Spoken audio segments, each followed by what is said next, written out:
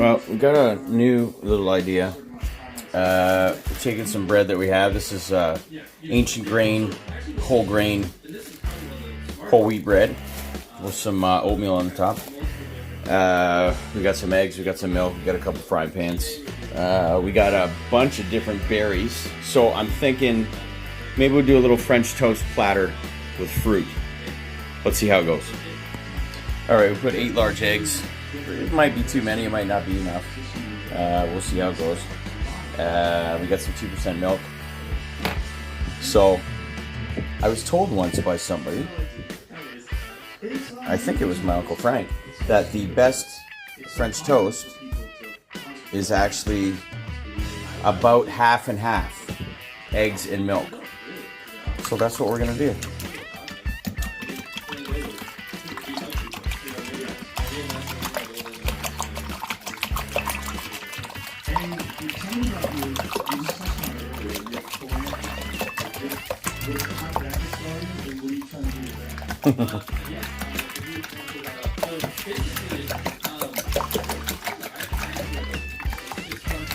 Oh, I spilled a bit.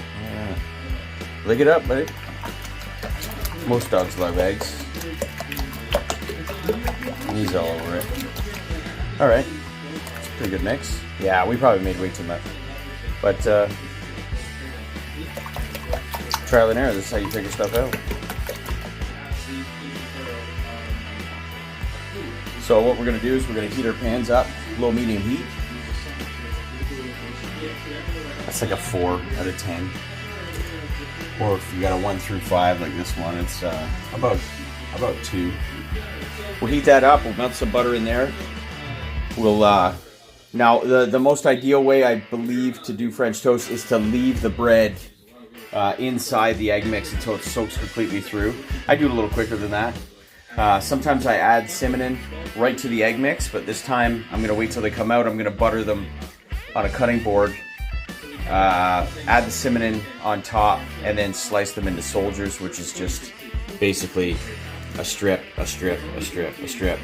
And then we're going to lattice that around a little dipping dish where we can have our pool of maple syrup.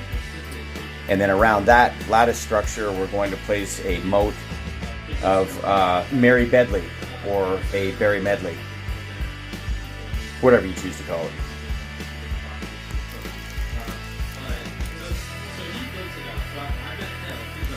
Well, we got all 6 slices, and we got lots of milk and egg left over. So I think I'm just going to make a quick little scrambly egg out of this one when we're done with the French toast. Yeah. So you could, more than likely, you probably could have used 4 eggs and an appropriate amount of milk, and you would have been fine for 6 slices. And I know white bread is much better and for both grilled cheese and French toast, but we're trying to be healthy over here, and sometimes the sacrifice to perfect taste for an abundance of flavor anyway, and deliciousness is worth the trade-off. So with a preheated pan to a low medium heat, we're talking about 3 minutes on each side in melted butter. So another 3 minutes, these will be done. I'm gonna remove those, put them on a cutting board, slice them into soldiers, like I said, little dippable sticks, and stack them up, kind of a lattice kind of thing, built up over a very small little Tupperware dipping dish where we're gonna have maple syrup. So they'll go on a cutting board, they'll get covered in butter, and then I'm gonna sprinkle cinnamon over top of them, let that kind of coagulate with the butter a little bit, leave them for a minute or 2, and then slice them and stack them. And since we're gonna have scrambly eggs now, maybe we will have a moat of scrambly eggs around the lattice, and then another moat of a berry mix. And I'm just gonna put it on one plate for my wife and myself, and we call that a love plate. And you just pick little morsels of delicious love off the plate, nourish the body, nourish the mind, nourish the soul, and go on about your wonderful day. All right, we've got our 6 slices of French toast. So now they get a little bit of butter on top, a little cinnamon sprinkled over, cut into soldiers. And once I cut them up, I'm going to whip together some scrambly eggs, and we'll start putting them together on the plate. Butter and cinnamon.